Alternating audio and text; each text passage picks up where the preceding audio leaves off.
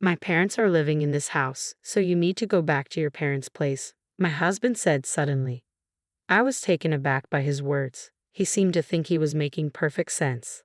What now? You got complaints? Don't argue with what I'm saying. I'm totally okay with divorcing you, he asserted. Lately, he'd been cold to me, and I had my own grievances. I had been considering divorce as well, but I didn't think being kicked out of the house was fair.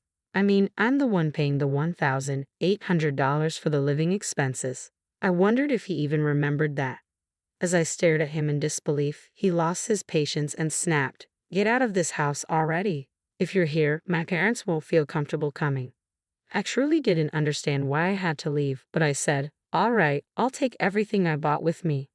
Once I agreed, my husband, contented, said, "Get on with it then," and left. I immediately called a resale shop. "My name is Emily. I currently live with my husband Robert, who's 5 years my senior. We met when mutual friends introduced us, and we unexpectedly bumped into each other while hanging out with them. This led to us spending a day off together. I'm actually thinking of becoming a voice actor. I'm studying for it now," Robert said.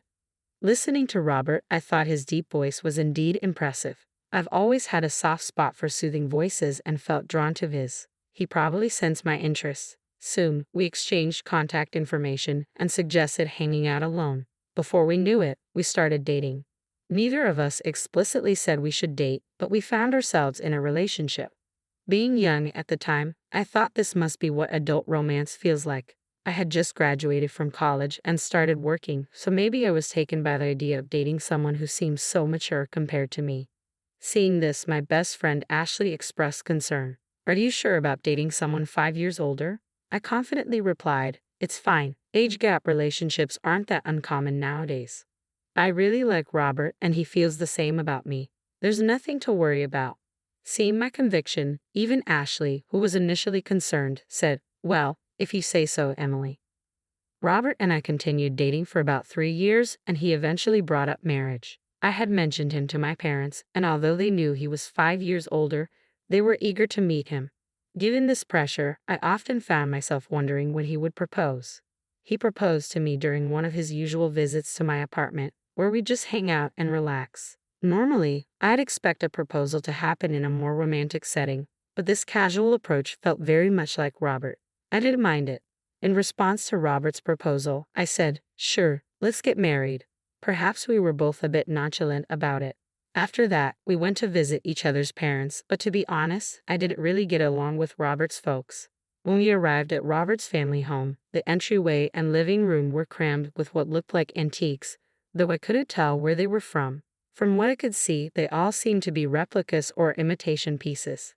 As we were ushered into the living room and met Robert's parents, both were dressed in high-end branded clothing and decked out in gaudy jewelry as they greeted me. It felt like I was meeting a stereotypical nouveau rich couple. No matter how I looked at it, our tastes and values seemed too different for us to get along.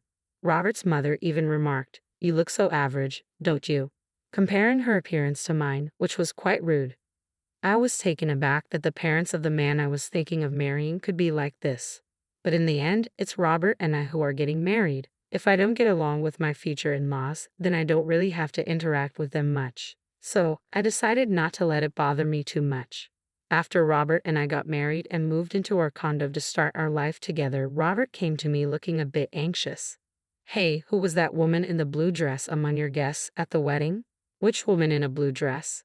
There were several of my guests who wore blue dresses, so just based on that information, I couldn't figure out who he was talking about. The one who gave a speech as your best friend." "Do you mean Ashley?" "Yes, she was wearing the blue dress." Upon hearing this, Robert muttered, "So it was Ashley." "What's wrong with Ashley?" I asked, noticing he seemed visibly flustered. "Oh, it's nothing major. The other day when I was headed to work, I thought I saw someone who looked like her. That's when I remembered she had given a speech as your best friend at the wedding." I was puzzled at his sudden interest in Ashley and why he was so flustered, but he just chuckled and said, "It's nothing really," and retreated to his room before I could ask anything further. A little while later, I got a call from my best friend Ashley with some news. "Listen, Emily, my boyfriend's coming back to the US next year." Ashley had been dating her boyfriend since high school. They'd known each other since elementary school, but he had moved away middle school. Since then, they had been writing letters to each other. By the time they got to high school, they were reunited, and that's when he confessed to her. I always felt content listening to Ashley's bittersweet love stories. I always enjoyed hearing about her love adventures. Her boyfriend, after working for a few years at his company, got transferred to an international branch and had been away from the US for some time. Despite the distance, their communication never faltered, and they remained a close-knit couple. Do you think he might propose once he's back, and then you guys will get married? Oh, Emily, you're always so quick to jump to conclusions. Just make sure to invite me to the wedding. I promise I'll give a heartwarming speech. Of course, after that touching speech you gave at your wedding, I'll definitely need you to do the same for mine. Don't set the bar too high. We shared a laugh over our tea. We could talk about anything and everything, completely trusting one another. If one of us had a problem, the other would be there, always ready to offer a shoulder to lean on. It was around this time that I started noticing Robert coming home later and later. Working late again today. Yeah? You think I shouldn't work or something? Even after getting married, Robert held on to his dream of becoming a voice actor. While studying for that career, he couldn't quite see the results and had to work part-time jobs to make ends meet. Yet all the money Robert made from his part-time jobs went straight to his voice acting classes, so I had to cover all our living expenses. That's why we couldn't really save up a shared savings. After a while of being married, I realized Robert wasn't willing to give up on his dream for the sake of our family. I kept wondering if part-timers really had to work so much overtime. Robert's daily late nights added to my worries. Hey, haven't you been working too much lately? They shouldn't be making you do so much overtime, even if it's just a part-time job. I told you, I'm fine. More money is always better. Just keep your opinions to yourself. By that time, Robert had stopped calling me by my name and just referred to me as you. When we got married, I genuinely believed he would speak to me more gently and frequently, but after our marriage, I ended up hearing harsh words from him most of the time. The once gentle and deep voice of Robert had turned solely into a harsh one. He seemed to be drinking a lot, and sometimes his voice became raspy. Voice acting depends heavily on a healthy throat, so it worried me that Robert, who wanted to be a voice actor, wasn't taking care of his. But even that seemed to bother him. Slowly, he began to avoid talking to me, and eventually, he would ignore me even when we crossed paths at home. That's when I got a call from Ashley. She said she had something to discuss, so I suggested we meet up since I had my own concerns. We decided to chat in a karaoke booth so that no one could overhear us. Ashley seemed very cautious and had specifically reserved a room where she could see the counter and staff from the door. You specifically chose this room? Yes, I wanted a spot where the staff could see if there was a suspicious person outside our door. A suspicious person? Is that related to what you wanted to discuss? At my words, Ashley nodded. She had felt like someone was following her ever since she left her job about a month ago. Now she even felt followed on her days off. The reason Ashley had chosen a room where the staff could easily see was that she thought the person stalking her might try to eavesdrop on our conversation. Did you talk to the police about it? I tried, but since there's no actual contact, they can't do much. What about your boyfriend? He's coming back in a month. I thought I'd discuss it with him too, but I wanted to talk to you first. Someone close by. I see. Ashley hadn't gotten a good look at her stalker because she was too scared, so she didn't know if it was a man or a woman. So I decided to stand at a distance and identify the person who was stalking Ashley, and through that, I came to understand who it was.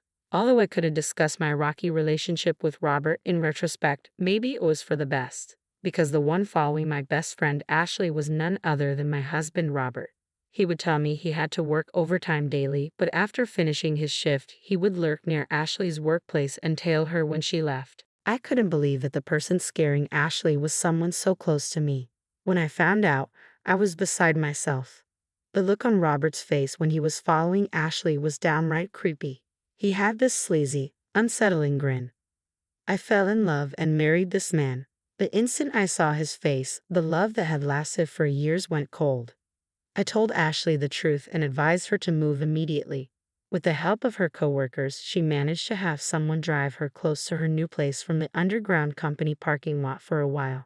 After Ashley and I took these measures, Robert became increasingly frustrated, and one day, that frustration exploded. My parents are going to live here, so you should go back to your parents' house, Robert declared suddenly.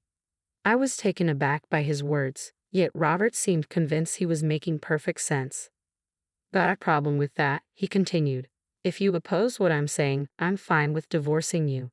While I had many grievances with him and even thought that divorce might not be so bad, I did think he could just kick me out of our home. I'm the one paying $1,800 for our monthly expenses. I wonder if Robert even remembers that, I said skeptically. He lost his temper.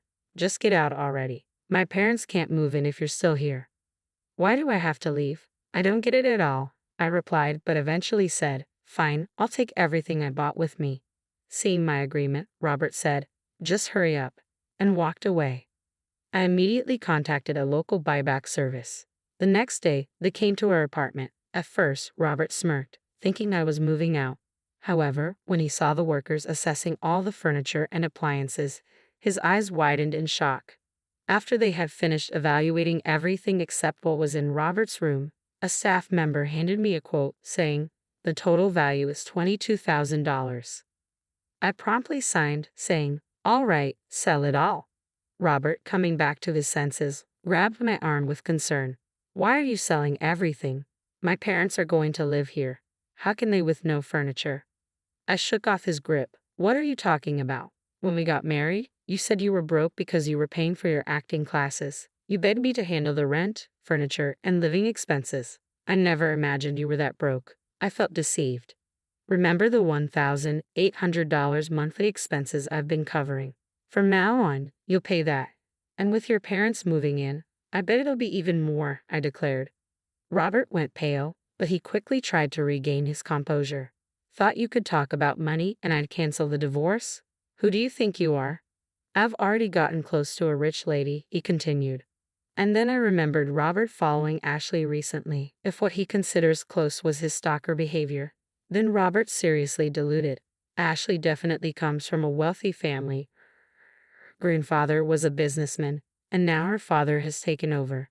Ashley truly is the perfect heiress, but she doesn't flaunt it. She spends just like me and our friends, and no one judges her based on her family's wealth. However, Robert seemed to have learned about my best friend Ashley's wealthy background and decided she'd be a better match. Could he possibly think that if two people are the same age, the wealthier one is better? That infuriates me, but Ashley would never marry Robert. Ashley's boyfriend, whom she's been dating since high school, is coming back to the States soon. They'll likely get married, she mentioned, feeling really creeped out because someone was stalking her every day. I remarked upon hearing he wasn't close with Ashley and that she found him creepy. Robert was floored. I always escorted Ashley home, he insisted. You're lucky you weren't reported to the cops, I shot back, but I didn't know about any boyfriend. He's been abroad. She chose me over some unknown guy. They've been pen pals since elementary school and apparently talk almost daily. And unlike you, who's only been working part-time jobs, her boyfriend is a successful man recognized even by her father. Robert looked utterly defeated as I spoke. When the buyback workers had taken all the furniture and appliances, he seemed to recover somewhat. Guess you are all I have. You'll support my dream of becoming a voice actor forever, right? He asked, striking a pose. I gave him a cold look and said, excuse me, I've already been to the divorce lawyer's office and started the process. Let's communicate through our attorneys from now on. Robert, perhaps thinking I still had feelings for him, clung to my waist. Don't say things like that. Haven't we been getting along all this time?